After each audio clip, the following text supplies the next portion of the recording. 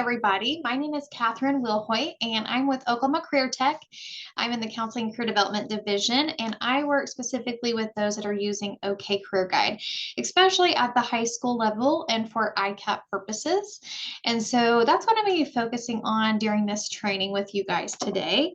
I'm going to go over some things that are going to help you all with ICAP requirements in this system, and maybe some materials that you all can use that go along with each section in OK Career Guide. So as we get into the system, in case you are not familiar with it or haven't seen it before, it is okcareerguide.org or .com. It will take you to the same page, and it'll look just like what you're seeing on the screen. And so what you'll do is, for students, they will click login, and they will log in with OKCG login, or if you use Clever, they will log in with Clever here. Now, what I would really encourage you to do, if you've not already done so, is to create a mock student account or a fake student account. Now, I'm sure most of you have that, but just in case you don't, I really encourage you to do so. And so what you would do is click create an account, and it will come up and ask you what type of account you're going to create. And most educators want to go down to this very bottom option, an administrator or educator. But for this purpose, you're going to want to create an account that reflects the students that you work closest with. And so for this, you can select I'm a middle or high school student, adult technology center student, any of those that you work closest with. And that will help you get an understanding of what the student or the user sees whenever they are in their own account. So you'll select I'm a middle or high school student as an example, and then next steps. And you will see it will start with 1 step of 4 total. And so you'll select whatever grade level. Now, what I will tell you is, if you've never been in the system or aren't as familiar with it, you can toggle between grades very easily after you create a student account. It's very, very easy to get from 6th grade to 7th grade, 7th grade to 8th grade. So don't worry so much based on the grade you choose. I am just going to select 12th for now. And then for high school graduation year, of course, 2023. And then for school, this is the most important step. You can tie it to our state training high school. You are welcome to tie it to your high school if you would like. However, just know that if you tie your fake student account to your high school, your data will interfere on the back end of the admin account side with all of your student data. That may or may not be a big deal for you depending on the size of your school and so forth. So that's up to you. I recommend ODCTE. ODCTE. That is Oklahoma Department of Career and Technology Education. And you'll see that there are 3 options. There's a tech training, a training high school, or a training middle school. So I'm just going to say training high school, next step. And then from here, you can follow through with steps 2 through 4. It's very easy. You'll just enter basic information. And here on the contact me by, students can say that they want to be contacted by email or by text message. Doesn't matter which. Now, it does become important when it comes to resetting their username. So if they ever need to reset their username, it will either email them or text them on how to reset that or how to get access to what their username is. I will do a little caveat here and say that if you do have an admin account, you can see students' usernames on the back end too. So keep that in mind. But students, if they're creating an account for the first time, this will be what they use to reset their username, or to get access to their username again. And the next step takes them to their desired username, password, security question, and so forth. So username, I would keep it simple. I would do first initial last name or first dot last name. If they can, it would be be better. But again, remember, you can access their username on the back end. And so you can always find out what the student's username is from your admin account. But again, for these purposes, it may be easier just for a simple username. For a password at the high school level, I would highly recommend that students use a mascot in their graduation year, or maybe a lunch number, and then go from there. And so the security question is going to be specifically for if they need to reset their password or not. So city of birth, father's middle name, or mother's maiden name, and then they can go from there to next steps. And very simple to create a student account. Now, that is how you can create a mock student account, but that's also how a student can create their own account as well. So they would just want to make sure that they tie it to their school. So moving forward, we're going to go to the login page again, okcareerguide.com or .org. Click login, and this is where you would go to log in with your student account, or where your students would go to log in with their student account if you all don't use Clever. Now you'll also see an administrator login. This is where you would have access to the back end of your school and be able to see the admin account and all the reporting. And so please reach out to me if you need help with that or need an admin account and need training on the admin account. But today we're going to focus specifically on the student side. So I'm going to click OKCG login, and this is my login for my student. Okay, I'm going to show you just really quickly, if a student forgot username, you'll see, please send my username by email or by phone. So they can still enter that in, not an issue there. But again, remember, you can see their username on the admin account if you ever need to. If they forget their password, you'll see it'll ask their security question. They'll need to answer it and then create a new password. All right, so I'm going to go ahead and log into my student account and walk you through a few things here. So I'm going to act as if you all have never seen this account before. Maybe you have, maybe you haven't. But if you have not, or if you need a refresher, let's focus on each component of the student system. Now, over here on the left-hand side, you're going to see all of the different tabs that students can filter through. We'll go through those in detail in just a moment. In the center shows the students' assessment results for their career interest, their skills confidence, and their work values assessments. Now, sixth graders only get access to the career interest assessment. Seventh and eighth graders get access to the interest and the skills confidence assessments. And then whenever they enter ninth grade, they get access to all three at that point. Now, over here on the right-hand side is a My Next Steps. And a lot of folks ask me, well, on this My Next Steps, is this where they can follow along to make sure they're meeting their ICAP requirements? Not necessarily. This doesn't follow specific ICAP requirements. However, it is a more holistic career development view for your students to follow. So you'll see, make a tentative selection of the pathways of your highest interests. And so that's not necessarily an ICAP requirement, but it can be an additional career development tool that students can go through. So keep that in mind, that this checklist can be very handy to use if your students are just wanting additional career development. Now up here, you're going to see that students can toggle between English and Spanish, and it can take them directly to the Spanish site. This is nice if your students maybe come from a Spanish speaking background and they want their parents to look at this, or if they mainly are most comfortable with Spanish. And so keep that in mind, that students can toggle between either language. Now up here in the right-hand side, students can go to their account settings. And this is important, that every year they update this to make sure that their school is correct and that their grade is correct.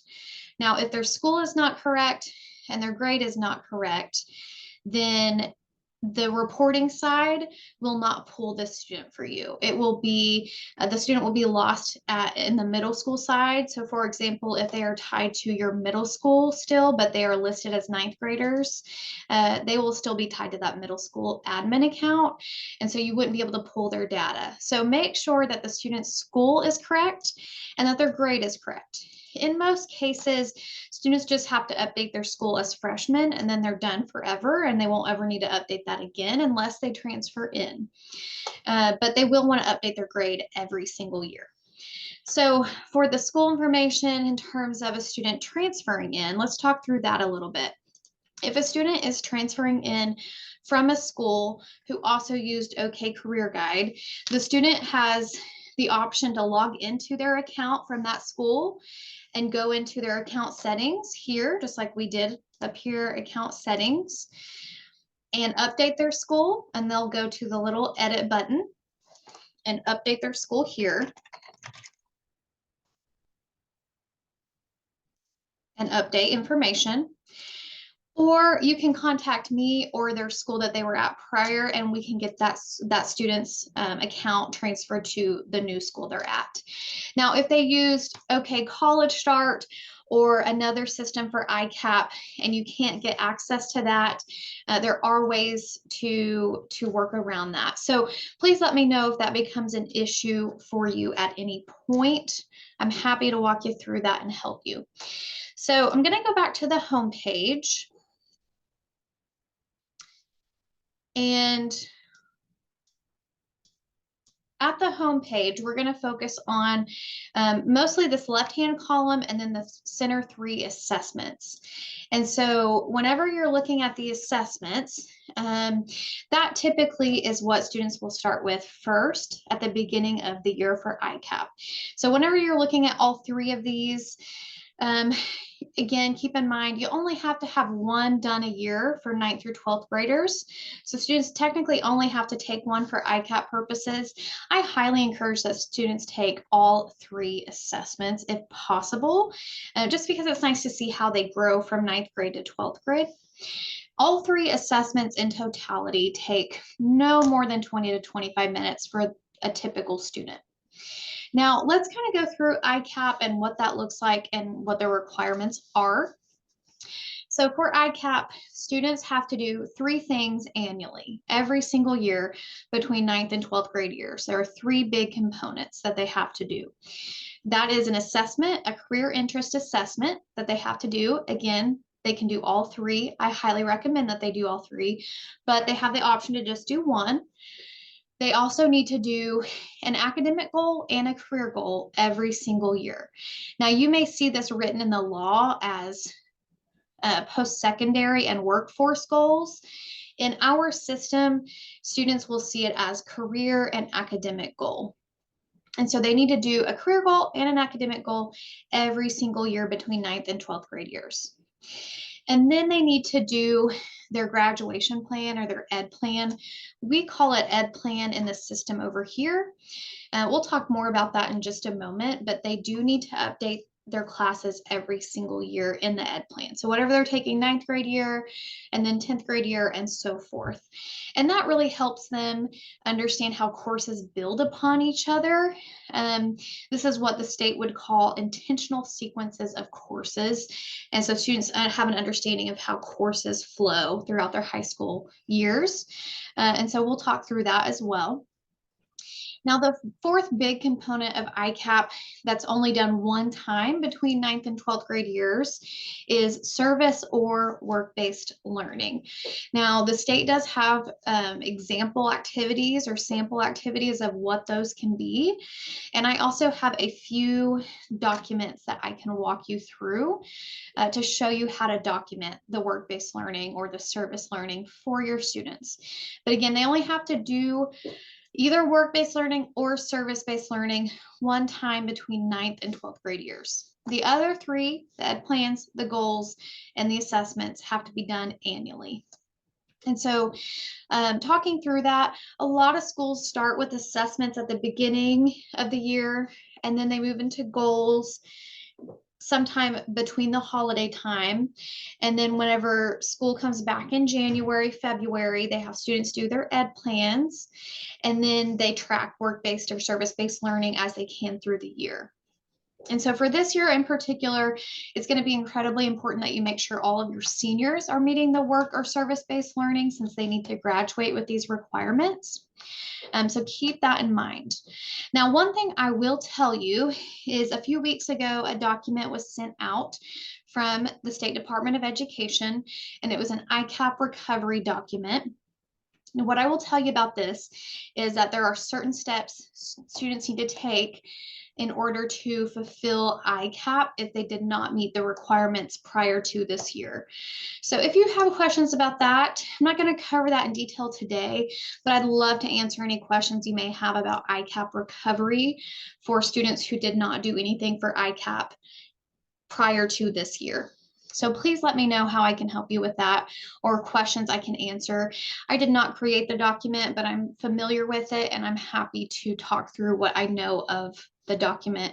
Again, that's an ICAP recovery sent out from the State Department of Ed. So let's go through this system and talk through it briefly. So again, you'll see assessments in the center right here. Students can click into those, or they can click over here and click Take an Assessment. Now here is where you can see a student who completed their assessments prior to. So maybe they're sophomores this year and they did assessments last year. So it may show when they last completed it. They can click Retake and retake any of those three. Now you may be wondering, okay, well, how do we keep track of those dates prior to them retaking it?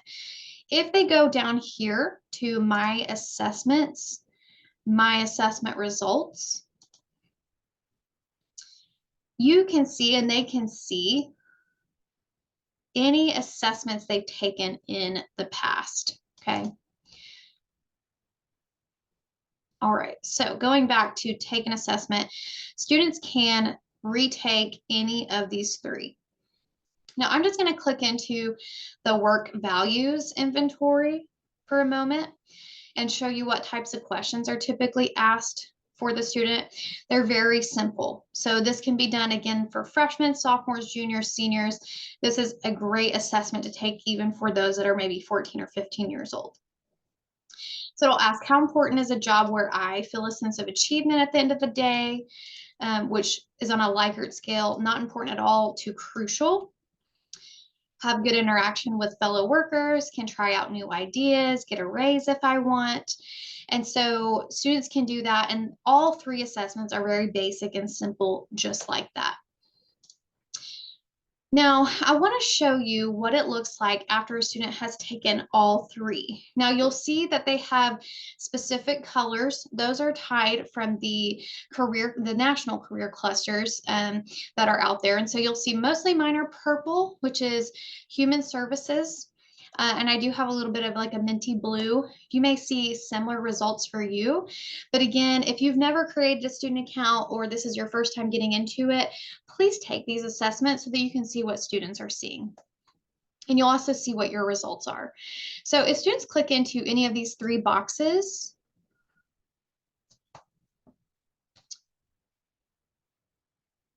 it's going to show them their top 5 career pathways, okay?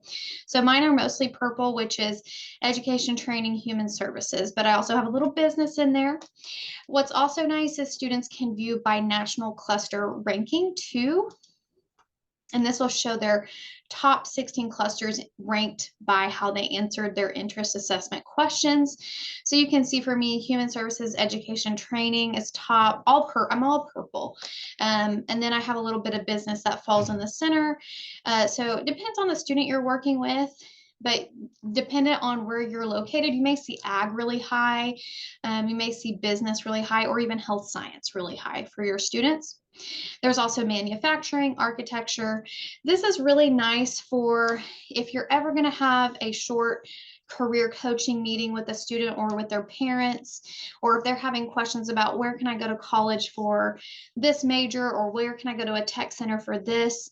If I were to come to you as a student and I told you that I was going to go to my local technology center and study construction, you could look at my results and have a good conversation with me about, is that going to be a good fit for me or not? It's number 16 may not be a good fit, even though I may think it is. And it leads to good conversation about, are you wanting to do that for a specific reason? Did a parent go into construction? Do you see yourself in that? Do you like working hands-on? And so it can lead to conversation with that student. If I click into, I clicked back into my top pathways. If I click into any one of these pathways, so professional support services, for example, it'll show me occupations that fall within that pathway. Students can star them if they want to favorite them. You'll see these little symbols, and they all mean something a little different. So the sun means it's a bright outlook job, meaning that there are going to be lots of opportunity. It's going to be a high demand career. The little person you see, dependent on what gender it is, means there are not many of that gender within those specific roles. So to give you an example, you may see a little symbol for a woman next to a welder, or you may see a little man next to a librarian. So that means that not a lot of men go into this role, or not a lot of women go into that role. So if students click into any of the occupations, they can explore that occupation in more detail. There's a video, there's a little description of the job. There are tasks and conditions, what they could expect to work, what work would be like, interest, skills, and values. So how this job ties to their interest, skills, and work values assessments. Education and experience, what kind of education do they need to go into this role? Some students don't want to go on to college. Maybe they want to go onto a tech program. Maybe they don't want to go post-secondary, at least not right away. Having that conversation with them is important because, for example, for education guidance, career counselor, advisor, most need to have a master's degree. And so that is where conversations can come about with the student if they want to go that far and pursue that much education or not. Salary and outlook, I like this because they can compare state by region and they can filter by any state. Related occupations, so any kinds of jobs that are out there that are similar. And so students can explore that in more detail. Now, I want to show you our website. So we have a website that has all kinds of free materials for you guys to utilize. It's ctyoU.org. And you do not need a login to get into this. So if it pops up and says you need a login, refresh or re-enter the page. You do not need to log in for this. You will scroll down and find our counseling and career development office. And you will see OK Career Guide curriculum. So we're going to click on that, open that up, and you are going to see middle school curriculum, high school curriculum, ICAP and advisory time resources, plans of study by cluster, training materials for you all to utilize if you have questions about different aspects of the system. And then scholarships. I wanted to point this out to you because we do have scholarships by month listed here, and we have kept those up to date. I'm going to scroll back up for a moment and show you 9th grade ICAP curriculum. I want to show you a couple things in this. So under each grade level for ICAP curriculum, you're going to see talking points before and after assessments. So these two right here. These are great to use for a script for you all. So things to talk about with the students before they take their assessments and things to talk about after they take their assessments. We also have 9th grade assignments here. And so if you click it and it downloads, it's going to be a worksheet. And you'll see students can take an assessment. They can explore occupations in their top 5 pathways. And then this will walk them through. So list your top 5 career pathways. And so you saw mine. Mine were professional support services, all the way down to HR management. They can view by their top 5 cluster ranking. So remember, if the student clicks into this, they can view by the top 5 pathways or by their national cluster ranking, their top 5. And then they can go to skills confidence, their work values. They can explore the occupations and so forth. So this is really nice for students to utilize to walk through the system. Okay, so let's move on to the next component of ICAP, which are goals. So goal setting. We do have a SMART goal setting worksheet that I can provide for you all if you would like. And I'm also going to backtrack just a minute. I also have a couple of activities that are really fun to do with students. So I have a categories and a career values guess game that you can do with students after they've taken their assessments. So I have a SMART goal worksheet, and I also have 2 activities that can go along with their assessments if you would like those. Now, with a SMART goal worksheet, students could do a SMART goal for academic and a SMART goal for career. And if you're not familiar with SMART goals, it's an acronym, stands for specific, measurable, attainable, relevant, and timely. And so they'd have one goal and list out how that goal is specific. You know, maybe you want to work out 3 days a week. I'm just throwing that out as an example, as a goal. And then they're going to list how they're going to work out, how it's going to be measured. So are you going to go with a friend 3 times a week? How is it going to be attainable? How are you going to know that you attained that goal? Did you lose 5 pounds or whatever? And then realistic, make it a realistic goal, and then timely. And they could tie that into a career goal and an academic goal. So keep in mind, a career goal can be very simple. It could be that they want to maybe work as an electrician after graduation, or it could be that they want to attend a specific tech center program because they want to go into that field. Or it could be that they want to shadow a dentist because maybe they're interested in going on to a dental assisting program or going into dental school in the future. They can be very simple goals. They can be long-term, they can be short-term. For academic goals, those can be things such as make an A in my English 2 class, or make a B in geometry, things like that. So I'm going to give you some examples here. Make a B in Comp 1, A in English 1. So this is if maybe they're a junior or senior taking a Comp 1 class concurrently. Get a job to save for a car. That could be a career goal. Tour electrician program, 10th grade as a career goal. Maybe they want to go into an electrical program, and so forth. And so students would just click add goal. They will name it, whatever they'd like to name it. So it could be career.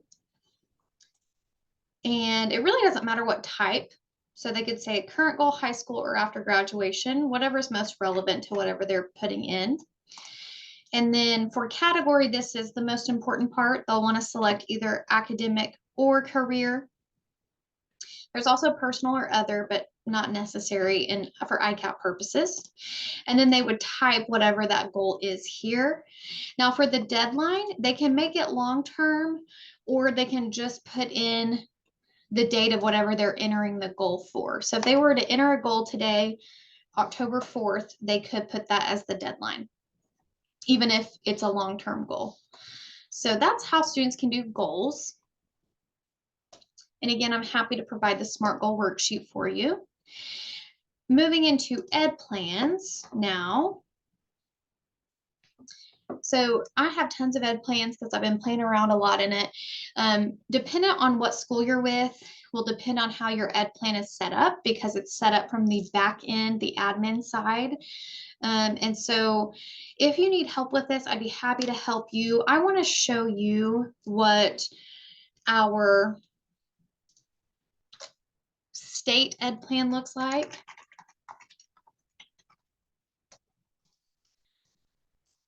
So We have, for the state, we made an Excel sheet that has over 1,000 courses listed under it.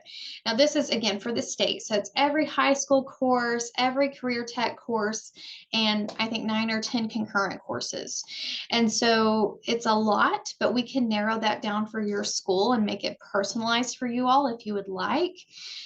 Please get with me if you need help with that, because it's very easy to do, but it's very specific to schools. So I would prefer that you contact me if you need help with that.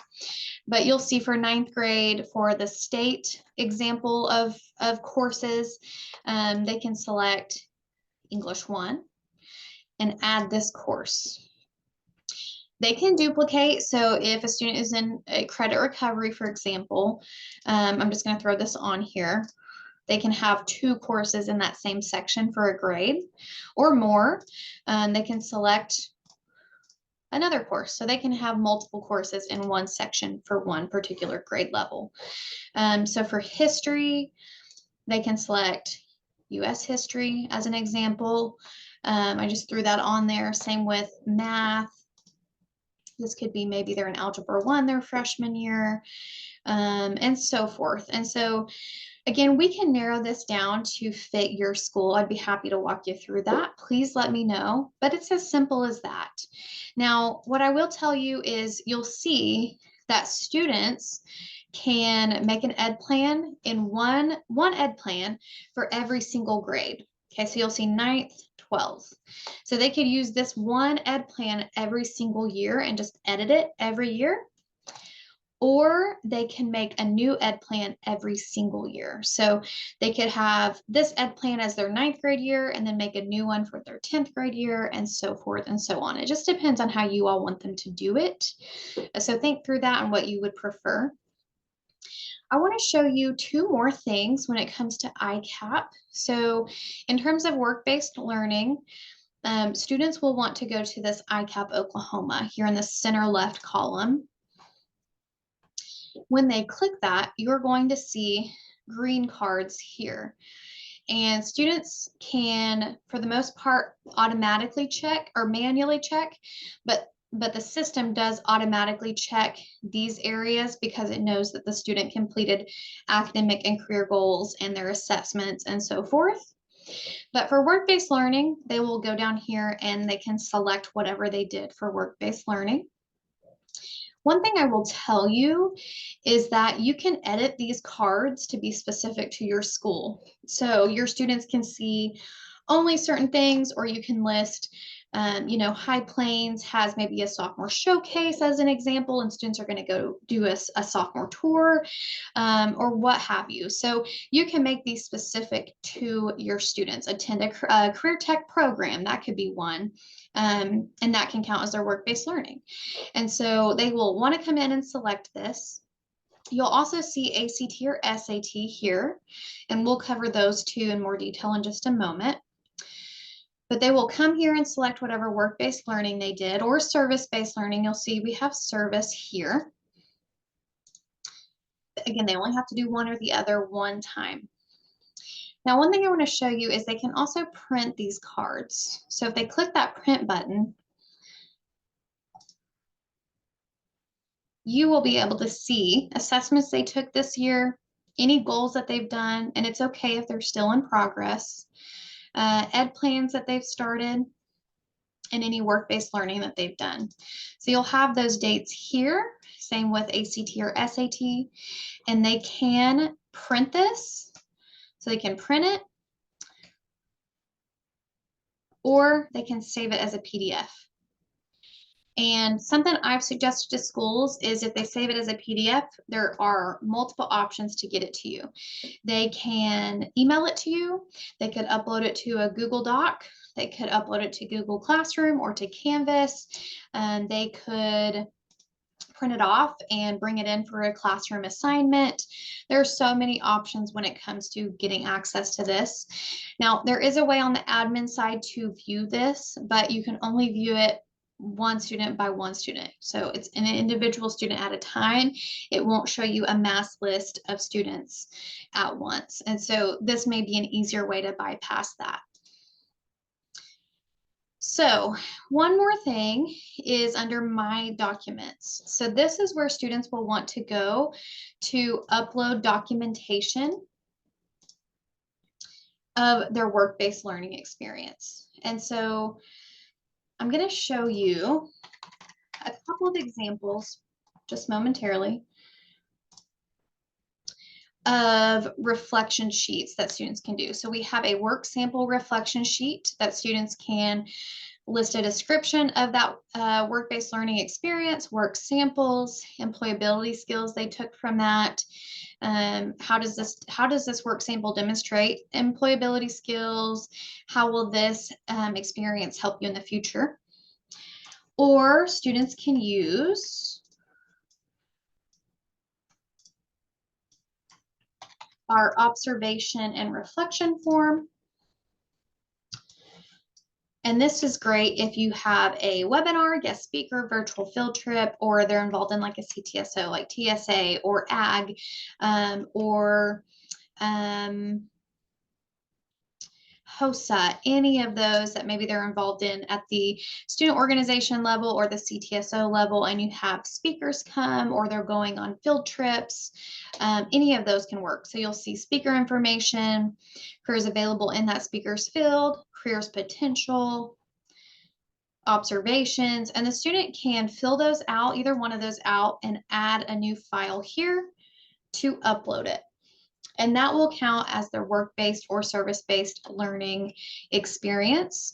There's other options. They can write an essay and upload it here. They can get, have a form that they take on their service learning experience and have somebody sign off and have a little synopsis, a short synopsis of what they did at that experience.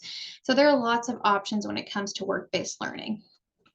The other component I want to talk to you about is students will need to upload their ACT results from the state. So whenever they take their ACT, they can just upload it one time. And so it's okay if they take it multiple times after. They just need to upload their ACT score here.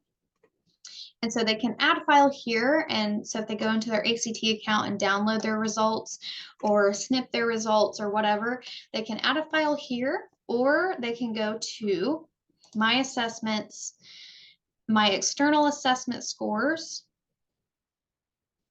and they can add an additional ACT here, and they can list what their scores were and save it. But they will want to also be sure that, and this could be a SAT too, so they will want to make sure that they upload their ACT assessment results or their SAT. But that is a state requirement. So they want to upload through my documents, their work or service-based learning, and then they can also upload their ACT scores here or go to my external assessments and type them in here. Either one works.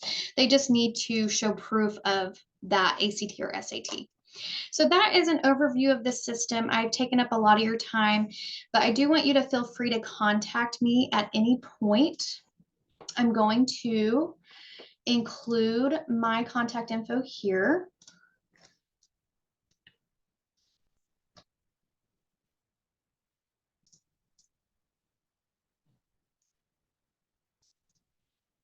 And so here you'll find my contact info. And so Catherine Wilhoy, here is my email and here is my phone number. So if you want to take a screenshot of that, if you scan this QR code, it will take you to our webinar training page where you can register for any of our webinars that we do for OK Career Guide. And so if it takes you to this link will also open up. So I'll give you a minute to scan that.